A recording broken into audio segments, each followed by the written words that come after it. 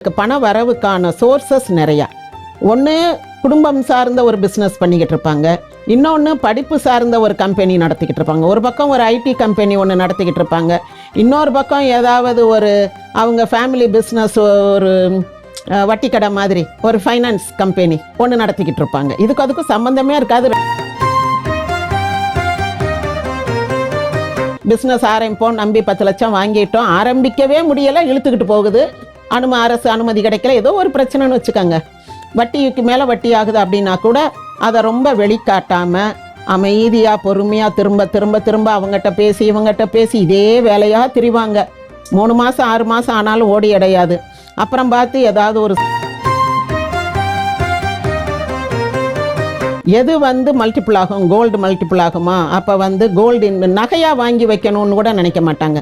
Gold ஸ்கீமில் invest பண்ணுவோம், இல்லை ப்ராப்பர்ட்டி லேண்டில் மல்டிபிள் ஆகுதா, ஒரு நில வங்கி மாதிரி எங்கேயாவது 500 ரூபாய்க்கு ஒரு சென்ட் கிடைக்குதோ அங்கே போய் வாங்கி போடுவான்.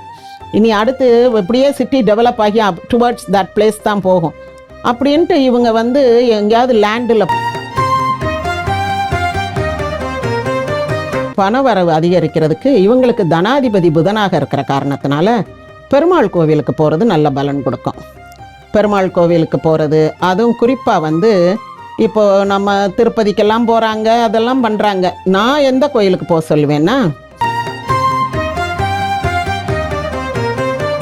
சாதாரண நம்ம பசுவுக்கு வாழைப்பழம் வாங்கி கொடுப்போம், பசு மடத்துக்கு பசு வாங்கி தானம் பண்ணுவோம், அகத்திக்கீரை கொடுப்போம், அப்புறம் மகாலட்சுமிக்கு தாமரை பூ வாங்கி இது அர்ச்சனை பண்ணுவோம். இவையெல்லாம் தவிர திருநங்கைகளுக்கு இவங்க எந்த உதவி செய்தாலும் அது இவங்களுக்கு பெரிய பலன் கொடுக்கும்.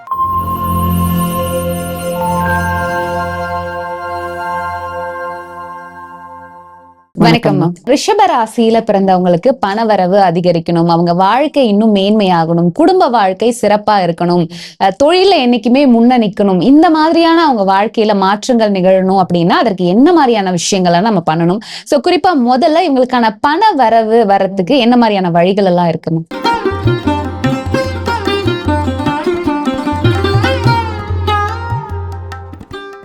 ரிஷப ராசி நில ராசி, நிலத்துக்குடைய ராசி. அதனால இவங்ககிட்ட கோபம், கொந்தளிப்பு, அந்த உணர்ச்சி வசப்படுறதெல்லாம் இருக்காது. ரொம்ப நிதானமாக யோசித்து முடிவு பண்ணுவாங்க. தேவையான வார்த்தைகள் தான் பேசுவாங்க.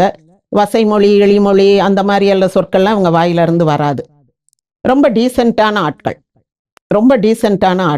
ரிஷபராசிக்காரங்க. ஏதாவது கோபதாபங்கள் இருந்தாலும் மனசுக்குள்ள வச்சு செயல்படுவாங்களே தவிர உடனே அப்படியே அதை காட்ட மாட்டாங்க. ஸோ இவங்களுக்கு பண வரவுக்குரிய தனாதிபதி புதன். அப்ப புதனும் ரொம்ப நிதானமானவன். புதன் டூயல் பர்சனாலிட்டி. அதனால இவங்க வேகம் காட்டுற இடத்துல வேகம் காட்டுவாங்க, மென்மையா போற இடத்துல மென்மையா போவாங்க. இவங்களுக்கு 2-3 வழிகள்ல பணம் வரும். இவங்களுக்கு பண வரவுக்கான சோர்சஸ் நிறையா. ஒன்று குடும்பம் சார்ந்த ஒரு பிஸ்னஸ் பண்ணிக்கிட்டு இருப்பாங்க, இன்னொன்று படிப்பு சார்ந்த ஒரு கம்பெனி நடத்திக்கிட்டு இருப்பாங்க. ஒரு பக்கம் ஒரு ஐடி கம்பெனி ஒன்று நடத்திக்கிட்டு இருப்பாங்க, இன்னொரு பக்கம் ஏதாவது ஒரு அவங்க ஃபேமிலி பிஸ்னஸ், ஒரு வட்டி கடை மாதிரி ஒரு ஃபைனான்ஸ் கம்பெனி ஒன்று நடத்திக்கிட்டு இருப்பாங்க. இதுக்கு அதுக்கும் சம்மந்தமே இருக்காது, ரெண்டும் இவங்க தான் நடத்திக்கிட்டு இருப்பாங்க. இப்படி இவங்களுக்கு பணம் ரொம்ப சொகுசான வழியில் வரும். இவங்க ரொம்ப அலட்டிக்க மாட்டாங்க. அப்புறம் இந்த லயசன் ஆஃபீஸர், கவுன்சிலிங், அப்புறம் வேற என்ன அந்த மாதிரியான உட்கார்ந்த இடத்துல எல்லாருக்கும் அட்வைஸ் கொடுக்கறது, ஃப்ரீ அட்வைஸ் கொடுக்கறது, லீகல் அட்வைசர், அப்புறம் அக்கௌண்டன்ட், ஆடிட்டர், இந்த மாதிரியான தொழில்கள் இவங்களுக்கு இருக்கும். ரொம்ப பேசாம மிக குறைந்த சொற்கள்ல, ஆனா இவங்க பேசுனா ரத்தின சுருக்கமா பேசுவாங்க, ஒன்னொன்னும் 1000 வார்த்தைக்கு சமமா இருக்கும். அப்படி பேசக்கூடியவங்க. வருமானமும் இவங்களுக்கு சைலண்டா வந்துகிட்டே இருக்கும். அதாவது இந்த கேஷ் வாங்கி அவன் டென்னியா போய் பணம் வாங்கிட்டு வா, இவன் வசூல் வாங்கிட்டு வா, இப்படி எல்லாம் பேச வேண்டியதே இருக்காது. அப்படியே இவங்களுக்கு ஜிபேலையோ இவங்க அக்கௌண்ட்டுக்கோ அப்படியே டிரான்ஸ்ஃபர் ஆகிக்கிட்டே இருக்கும் பணம். இவங்களுக்கு பணம் சம்பாதிக்கிறதுல எந்த ஒரு குறைபாடும் இருக்காது. ரொம்ப டீசெண்டா, ரொம்ப அழகா, நாசூக்கா பணம் இவங்களுக்கு அப்படியே வந்துகிட்டே இருக்கும். பல 2-3 வருமானம்லாம் கூட இவங்களுக்கு இருக்கும். அந்த மாதிரி இருக்கும். அடுத்து என்னன்னா, இவங்க பெரும்பாலும் கடன்ல எல்லாம் சிக்க மாட்டாங்க. ஒருவேளை சிக்கிட்டாங்க, ஒரு கெட்ட நேரம், ஒரு 7.5 சனி வரும்போது கடன் ஊரை விட்டு ஓடுறதெல்லாம் நடக்கும். அப்படி சிக்கிட்டாங்கன்னா கூட அதை வந்து அப்படியே அந்த துக்கத்தை விழுங்கி விழுங்கி என்ன செய்ய எப்படி செய்ய, கையில் ஒரு பைசா இல்லை, ஆனால் ஏதோ பிஸ்னஸ் ஆரம்பிப்போம் நம்பி 10 லட்சம் வாங்கிட்டோம், ஆரம்பிக்கவே முடியலை, இழுத்துக்கிட்டு போகுது, அரசு அனுமதி கிடைக்கல, ஏதோ ஒரு பிரச்சனைன்னு வச்சுக்கோங்க, வட்டிக்கு மேலே வட்டி ஆகுது அப்படின்னா கூட அதை ரொம்ப வெளிக்காட்டாம அமைதியா பொறுமையா திரும்ப திரும்ப திரும்ப அவங்ககிட்ட பேசி இவங்ககிட்ட பேசி இதே வேலையா திரிவாங்க. 3 மாசம் 6 மாசம் ஆனாலும் ஓடி அடையாது. அப்புறம் பார்த்து ஏதாவது ஒரு சொத்துக்கிட்ட வித்து கொடுத்துருவோம் அப்படின்ட்டு பேசி அதை இல்லை பூர்வீக சொத்து இருந்தா இவங்களுக்கு பூர்வீகம் எப்பவும் கை கொடுக்கும். கடவுள் அருள் அவங்களுக்கு நிறைய இருக்கும், பூர்வீகம் எப்பவும் கை கொடுக்கும்.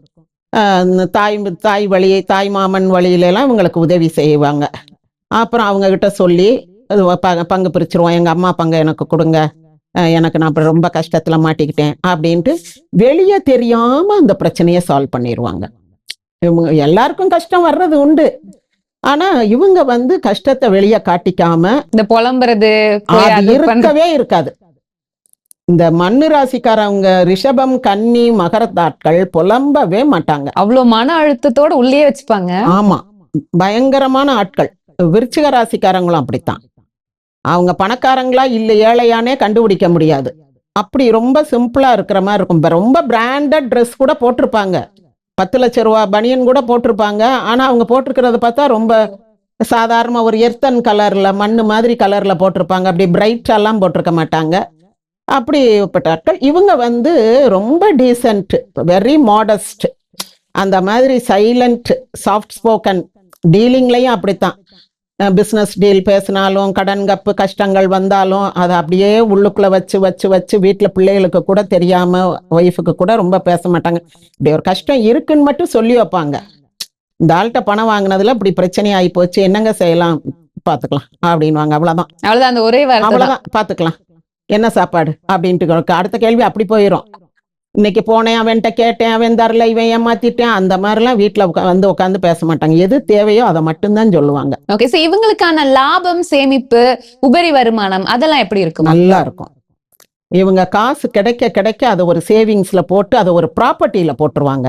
எது வந்து மல்டிபிள் ஆகும், கோல்டு மல்டிபிள் ஆகுமா, அப்ப வந்து கோல்டு நகையா வாங்கி வைக்கணும்னு கூட நினைக்க மாட்டாங்க, கோல்டு ஸ்கீம்ல இன்வெஸ்ட் பண்ணுவோம், இல்ல ப்ராப்பர்ட்டின் லேண்ட்ல வந்து மல்டிபிள் ஆகுதா, ஒரு நில வங்கி மாதிரி எங்கேயாவது 500 ரூபாய்க்கு ஒரு சென்ட் கிடைக்குதா அங்க போய் வாங்கி போடுவான், இனி அடுத்து இப்படியே சிட்டி டெவலப் ஆகி டுவர்ட்ஸ் தட் பிளேஸ் தான் போகும் அப்படின்ட்டு இவங்க வந்து எங்கேயாவது லேண்டில் போடுறது அல்லது கோல்டுல போடுறது. இப்போ ஷேர் மார்க்கெட்னா அதுல நல்ல ஷேர்ஸ் எங்க வந்து இதாகும் அப்படின்னு பார்த்து ரொம்ப கால்குலேட்டிவா இருப்பாங்கம்மா. கணக்கு வழக்கு பார்க்கறதுல இவங்களை மிஞ்ச ஆளே கிடையாது, அவ்வளோ கால்குலேட்டிவா இருந்து அங்கங்க சொத்து வாங்கி போட்டு இந்த கடன் கப்பு வரும்போது தான் சொத்துல கை வைக்கவே மாட்டாங்க, தான் வாங்கி போட்டதெல்லாம் அப்படியே இருக்கும், யார்கிட்டையும் அதை பத்தி சொல்லவும் மாட்டாங்க. அங்க அந்த பக்கத்து வீடு, நீங்க அங்கேயா இருக்கீங்க, அதுக்கு அந்த 3வது வீடு இருக்குல்ல அது என் வீடு தான், நான் வாடகை குடி வச்சிருக்கேன், மூச்சே விட மாட்டாங்க, சைலண்டா. அந்த லைன்லயே உங்களுக்கு 2 வீடு சொந்த வீடு இருக்கும், வாயே திறக்க மாட்டாங்க. அது எதுக்கு அவர்கிட்ட சொல்லணும், இந்த பெருமை காட்டிக்கிறது அதெல்லாம் கிடையாது, அந்ததே கிடையாது, அமைதியா தேவனாதான் பேசுவாங்க. ஓகே, சோ ரிஷப ராசிக்காரர்கள் அவங்க பண வரவு அதிகரிக்கணும் இல்ல பண புழக்கம் அதிகமா இருக்கணும் அப்படின்னா அதற்கு என்ன செய்யணுமா? பண வரவு அதிகரிக்கிறதுக்கு இவங்களுக்கு தனாதிபதி புதனாக இருக்கிற காரணத்தினால பெருமாள் கோவிலுக்கு போறது நல்ல பலன் கொடுக்கும். பெருமாள் கோவிலுக்கு போறது, அதுவும் குறிப்பா வந்து இப்போ நம்ம திருப்பதிக்கெல்லாம் போறாங்க, அதெல்லாம் பண்றாங்க. நான் எந்த கோயிலுக்கு போக சொல்லுவேன்னா மீனாட்சி அம்மன் கோவிலுக்கு போகலாம், அது மதுரையில இருக்கு, அது வந்து புதன் ஸ்தலம்ன்றனால அங்க போகலாம். இன்னொன்னு வந்து திருவகிந்தபுரம்னு ஒரு ஊர் உண்டு, அது திருவந்திபுரம்னு சொல்லுவாங்க, திருவகிந்தபுரம்னு சொல்லுவாங்க. அங்க வந்து லட்சுமி தவம் இருந்து பெருமாளை திருமணம் செய்த இடம். லட்சுமிக்கு பேரே செங்கமல தாயார்னு பேர், ஹேமாம்பூஜவல்லின்னு வாங்க. அங்க போய் வணங்குறது நல்லா இருக்கும். அதுக்கு பக்கத்திலேயே திருக்குறுங்குடின்னு தரையில இருக்கிற கோவில், மேல வந்து திருமலைன்னு ஒரு கோவில். இந்த திருப்பதிக்கு போற புண்ணியம் அங்கேயே கிடைக்கும். அங்க எப்படின்னா ஒரு வேடன் ரூபத்துல வந்து ஒரு பெருமாள் பக்தர் மலையிலிருந்து அருவியிலிருந்து தண்ணி கொண்டு வந்து இங்க அபிஷேகம் பண்ணிக்கிட்டு இருப்பாரு. அப்ப ஒரு நாள் ஒரு வேடன் ரூபத்துல சாமி வந்து எனக்கு கொஞ்சம் தண்ணி குடிக்கன்னு கேட்கும். இவர் இல்லப்பா என்னால திரும்ப அவ்வளவு தூரம் ஏறி இறங்க முடியாது சாமி, நீ போப்பா எங்கிட்டாவது போய் தண்ணி குடிச்சுக்கன்ட்டு வருவார். இவன் ஒரு அம்பை விட்டு அந்த பானையை ஓட்டையாக்கி தண்ணியை பின்னாடி இப்படியே குடிச்சுக்கிட்டே போய் காலி பண்ணிடுவான். கீழே போனா தண்ணி இருக்காது. அவருக்கு ரொம்ப மனசு நொந்து போயிரும். ஐயோ பெருமாளே, நான் இன்னும் அவ்வளோ தூரம் போய் எடுத்துட்டு வரணுமா? ஏன்பா இப்படி என்னைய சோதிக்கிற? அப்படின்ன உடனே பெருமாள் பிரத்யட்சணமாகி, உனக்கு இப்ப தண்ணி தானே வேணும், இந்த வரும் பாருன்னு சொன்ன உடனே அந்த அந்த மலையில இருந்து ஒரு அருவி புறப்பட்டு கீழே வரும். இப்படி ஒரு கதை உண்டு. அதனால பெருமாள் வந்து பக்தர்கள் கேட்ட உடனே கேட்டதை கொடுக்கிற கோவில் வந்து அந்த திருக்குறுங்குடி திருமலை கோவில். இது எந்த இடத்துல அமைஞ்சிருக்கு மேம்? திருநெல்வேலி. திருநெல்வேலி மாவட்டம். அதனால நீங்க அங்க போய் அந்த சாமியை கும்பிட்டீங்கன்னா உங்களுக்கு கேட்டது கிடைக்கும். இன்னொன்னு வந்து பரிகாரங்கள் என்ன செய்யலாம்.